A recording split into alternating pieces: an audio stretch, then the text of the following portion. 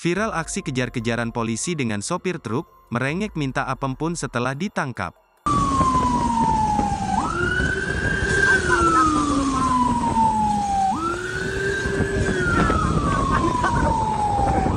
Viral di media sosial, pengendara truk Colt diesel bernomor polisi AE8651NJ terlibat aksi kejar-kejaran dengan petugas kepolisian, Rabu, tanggal 6 Maret tahun 2024.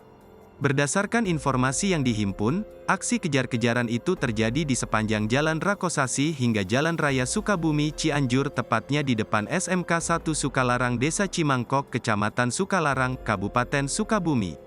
Diketahui kejadian tersebut sekira pukul 7.30 waktu Indonesia Barat. Kanit Gakum Satlantas Polres Sukabumi Kota Ibda Andika Pratista mengatakan bahwa pada saat itu anggotanya yang sedang bertugas di pos jaga pintu Kisi melihat kendaraan truk Colt diesel bernomor polisi AE8651NJ melaju dari arah Jalan Siliwangi menuju Cianjur. Pada saat melintas Jalan Rakosasi, petugas yang sedang bertugas seputaran pos polisi pintu Kisi mengarahkan kendaraan truk Mitsubishi Colt diesel untuk berhenti dan mengarahkannya ke jalur lingkar selatan melalui Jalan Otista, ujarnya. Pada saat petugas mencoba untuk mengalihkan jalur kendaraan tersebut, diduga saat itu pengemudi truk tidak mengindahkan arahan petugas dan tetap memacu kendaraannya secara ugal-ugalan. Pengendara tetap melaju dalam keadaan membahayakan petugas dan pengguna jalan raya lainnya sehingga petugas mengejar kendaraan truk Mitsubishi Colt diesel, kata Andika.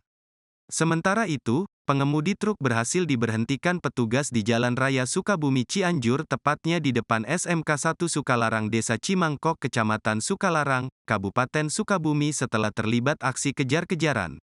Sesampainya di Jalan Raya Sukabumi Cianjur, tepatnya di depan SMK 1 Sukalarang, petugas berhasil menghentikan kendaraan truk tersebut.